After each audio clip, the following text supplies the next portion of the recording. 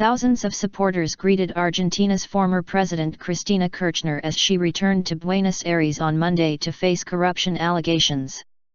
Kirchner is due to testify Wednesday in an investigation into whether she mishandled public funds in connection with central bank currency-related operations during the final months of her presidency. She arrived in Buenos Aires following 4 months in southern Patagonia, where she secluded herself after leaving office last December when a newly elected president took office. Crowds gathered to welcome her at the airport and again outside her apartment in Buenos Aires. As she left the airport, Kirchner waved to fans but made no comment.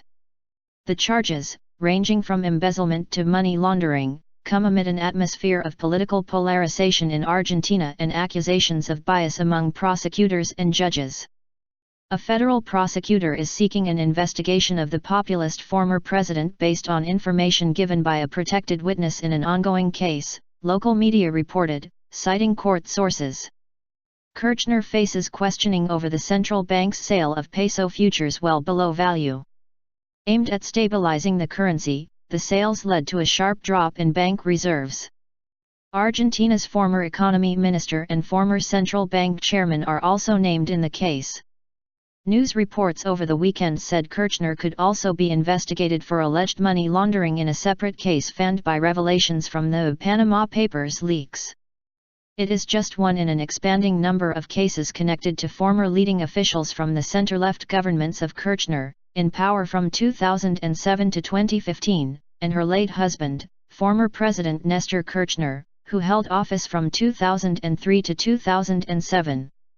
Kirchner may get a temporary reprieve if another federal court orders the recusal of the judge in the case, Claudio Bonadino, on grounds that Kirchner had previously tried to dismiss him. If that happens, the court will have to appoint a new judge and reschedule the hearings. Kirchner's supporters, meanwhile, are planning to hold a vigil Tuesday night and protests Wednesday in front of the court, under the banner "If she gets called to testify, they will have to call us all." Her successor as president, Mauricio Macri, has sought to restore frayed relations with the United States and revive the economy by reversing more than a decade of protectionist economic policy. But he has also come under fire over alleged offshore financial dealings after revelations in the Panama Papers leak, which prompted a federal prosecutor last week to open an investigation.